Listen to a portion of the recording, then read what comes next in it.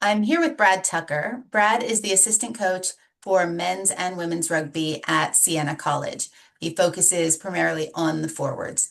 There, they play NCR Division One rugby and are currently ranked 14th in the nation amongst the NCR teams. Welcome, Brad. Oh, thanks for having me on. Excited to have a chat. It's great to have you with us, and I would love to dive right in. Can you give us a little bit of information about your background, who you are, where you came from, and how you found yourself at Siena? Yeah. Brad Tucker, obviously, I started playing rugby when I was 4 years old, so I've been playing for 28 years now. Grew up in Christchurch, New Zealand. So I'm a One-Eyed Crusaders supporter and a big All Blacks fan. I moved to the US in 2019, end of 2018, to play the 2019 Major League Rugby season. Was fortunate that year to win Major League Rugby with the Seawolves, and then went on to play 4 more seasons there. Spent some time at Rugby in New York and built a connection with Siena from there, and have sort of been started off as just the men's forwards coach and developed the role into being men's and women's forwards coach over the last 2 years. Um, and a little bit about me, I'm still playing Major League Rugby. I've been with Chicago Hounds the last 2 years, and I'm injured unfortunately at the moment, but we'll see if we can make a wee run at it from there. Great. Well, I'm sorry to hear about the injury, and I hope you have a speedy recovery. Thank you. Why don't we switch gears and talk about the rugby program at Siena? Can you give us a little bit of a rundown of what it's all about? Yeah. So just a rough outline of Siena, but they've been playing rugby at the college for the last 53 years, I believe. Both men's and women's programs, the fully funded programs, they are run through athletics, even though I touched on that there is an alumni there as well. They have a great support process. They have great facilities, and I'm a little bit biased here, but they've spent over $500,000 on their field over the last sort of 5 or 6 years, and they really have one of the best college fields in the country. Fully grass field with, uh, you know, it's a gorgeous field. I can't sort of stress that Is enough. I that a think dedicated rugby field? dedicated rugby field with great drainage, and if I could show you a photo right now, you'd be very happy to see it. That's great.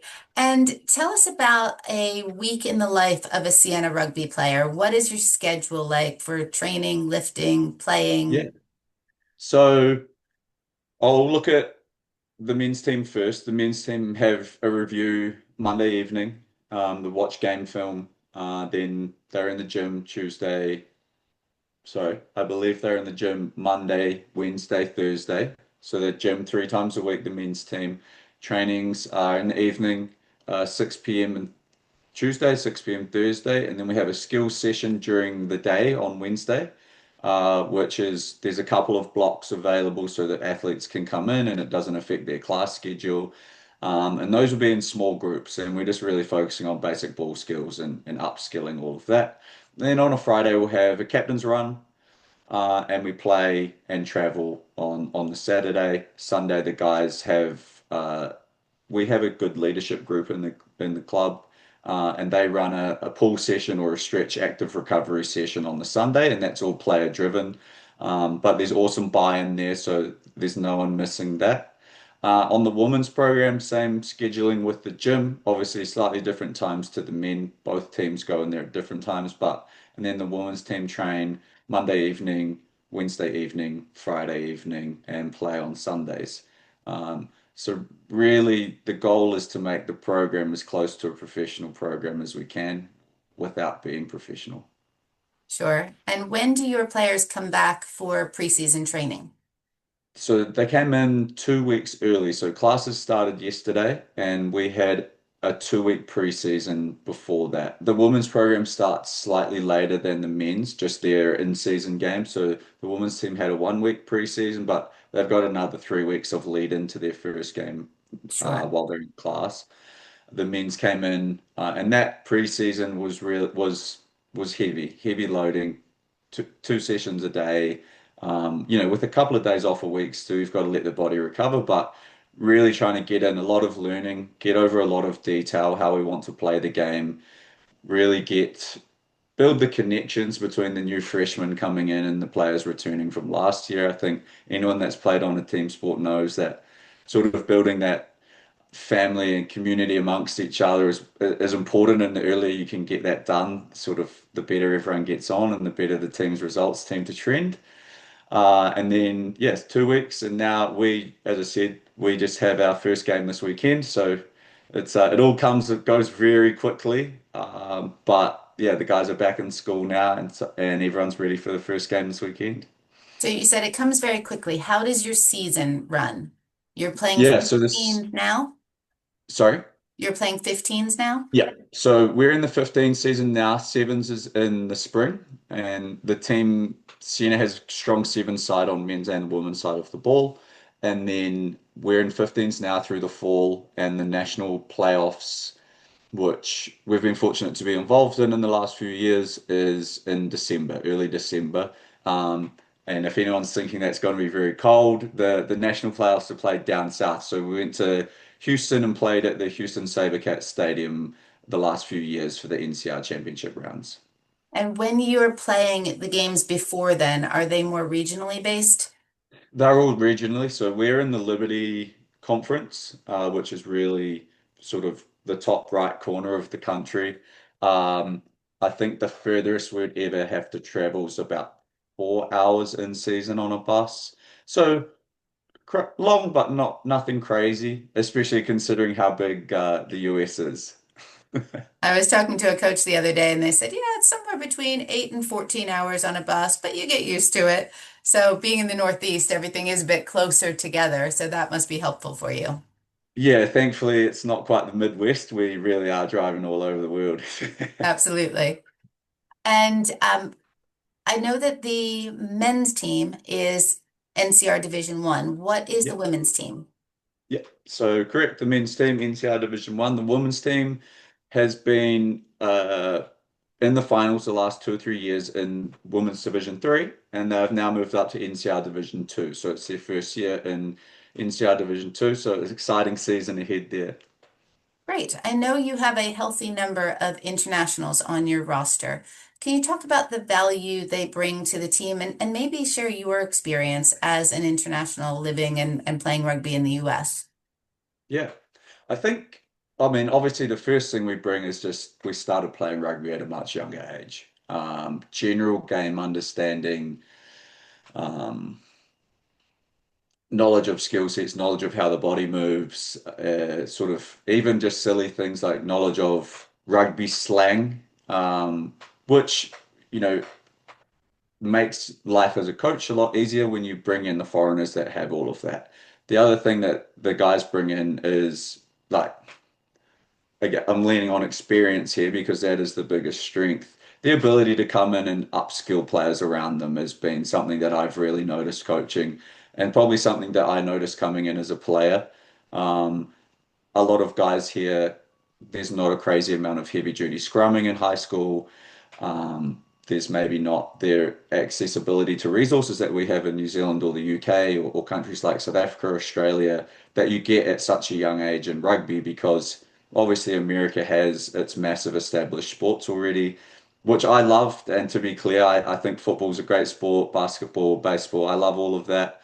Um, and I think they translate into rugby very well. But having the foreign knowledge and understanding of the game really raises the level of those around you very quickly. And it means that guys can be learning constantly on and off the field because there's knowledge. Whereas, if it is just guys with a little bit of experience, or as I touched on before we started the interview, you have potentially 10 walk-ons coming in. That's a lot of people to upskill really quickly, right? So I think the foreigners massively help with all of that. Um, and I know it's also tough for them coming in, moving away from home, but everyone, thankfully, that we've had through the door at Siena has really bought into that and just raising the standards around them. So for me, yeah, massive part of programs, the foreign kids. So I know that Greg Matthew handles a lot of the recruitment effort, but for you, if you were talking to a new recruit, what would be something that would help them stand out? And by contrast, what would be a red flag for you? Yeah, I think personally, I think obviously my background being a professional rugby player, I love to hear from athletes that are aspiring to go as far as they can in the game. Um, I think personally that's the first thing as a coach I want to know is like you want to see how good you can get at rugby, and that doesn't mean you want to be a you need necessarily goal is to be a professional athlete, but goal to achieve and win, be a starter, lead the team. The other thing that I'm a massive fan of is athletes that have good leadership qualities.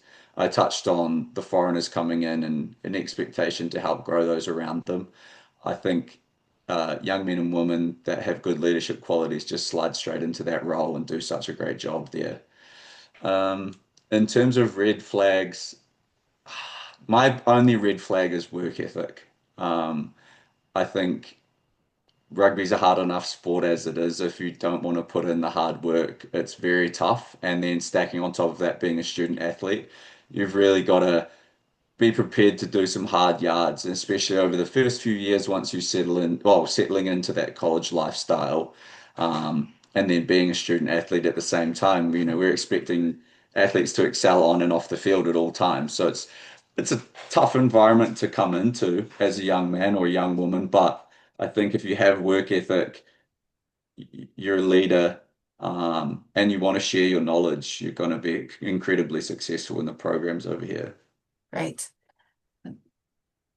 Going to college in America can be very expensive. And one Yep. of the things that I've found is that the sticker price on a college's website isn't always what you end up paying in the long run. And there are lots of colleges that offer academic scholarships and rugby scholarships, and Siena is one of those. Can you talk a little bit about how scholarships work at Siena? Yeah. Siena in general start with the academic scholarships. Siena is first and foremost a very successful academic school. Those range from 20 to $30,000, depending on academic results. Obviously, the better your results are, the higher the scholarship value there. It's needs based as well. So obviously depending on what a potential prospect might need. And there are other grants and scholarships that come from outside of the school into the rugby program that all stack on top of each other. And really, it is individual to individual, but that's a rough outline there. Great, thank you. So don't be scared off by the sticker price because that's the beginning of the process. Yeah, Right. 100%. So let's talk about this season. And you've been with Sienna for a while now. What are your goals for this season? Yeah. So we've had a lot of guys graduate, and that's part of college and part of being a college sport. And anyone that's tracked the big sports will be aware of that. The goal was always for me as a coach to be in the top four. I mean, I think I want to win everything every single year. That's how I've been my whole life. I'm probably irritatingly competitive. Um, but so is Yako, the head coach, and so are all of the guys and girls that are in the squads. And we're all here to win. For me, a successful season this year would be a top four. And as you know, you make a top four, then you're 2 games away from being successful. So definitely pushing hard for that top four. And I think, we'll see how we go. We've got a top four team to play round one this week. So it's a great sort of marker in the sand for the first game of the season. Fingers crossed. Yeah. Could you tell me a little bit about Yako and how long he's been with the program? Yeah, Yako is the head coach. He's South African. He moved out here in the early 90s to the area. He played rugby in the area, studied in the area, um, married his wife from the area, and he's rugby mad.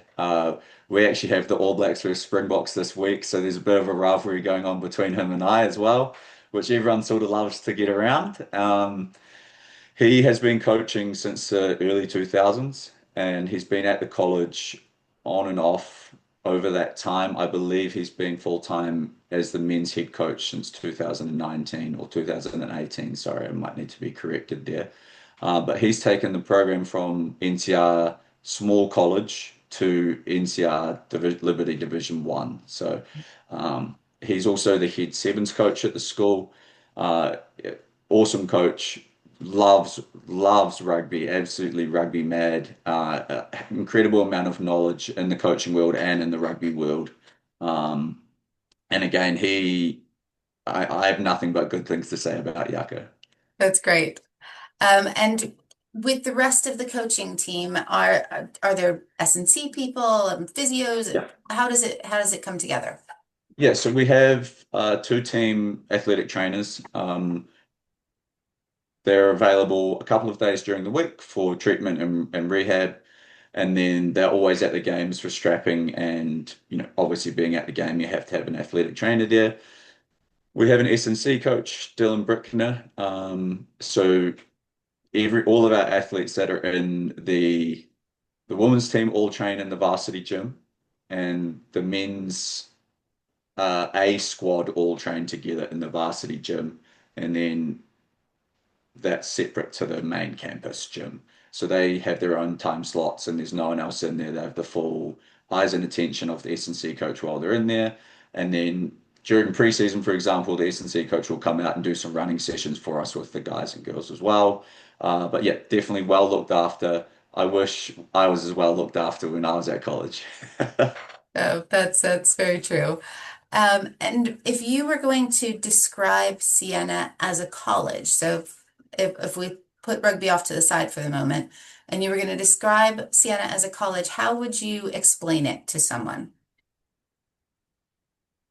I would just say like it's a gorgeous campus. It's extremely green. I think something obviously being from New Zealand and having spent a lot of time in Manhattan and Chicago, you really I can't express so much how enough how nice it is to come to a campus day to day, and it's green and walkable and peacefully quiet. In saying that, it's a very vibrant campus, and once students are back, it's busy. There's people everywhere. It's got a really nice feeling. I thankfully get to spend a lot of time there. I sort of have one-on-ones with players in the middle of the heart of the campus and get to be a part of it, and it's fantastic.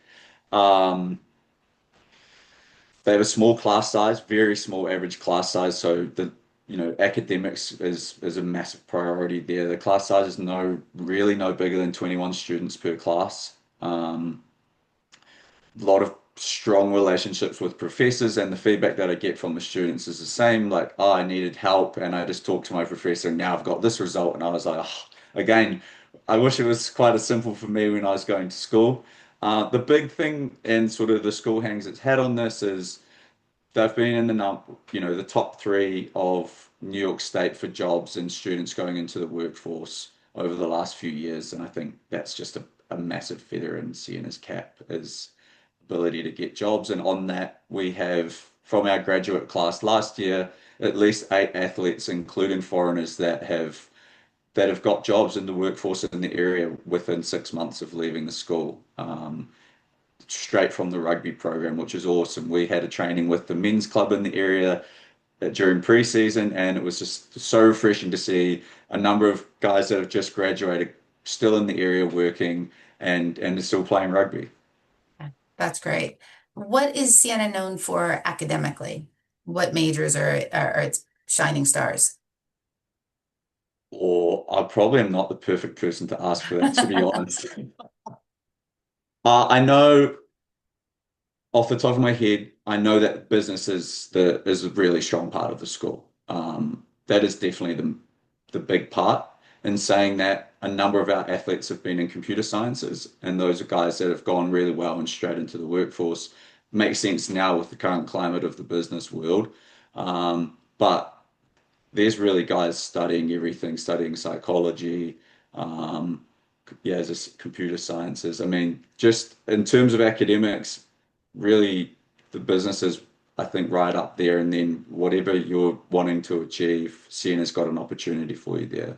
Sure. And you're not far from Albany. So you've got small town charm with bigger city nearby. And then Yeah. can you talk about Albany and what it is and what it means to the state of New York?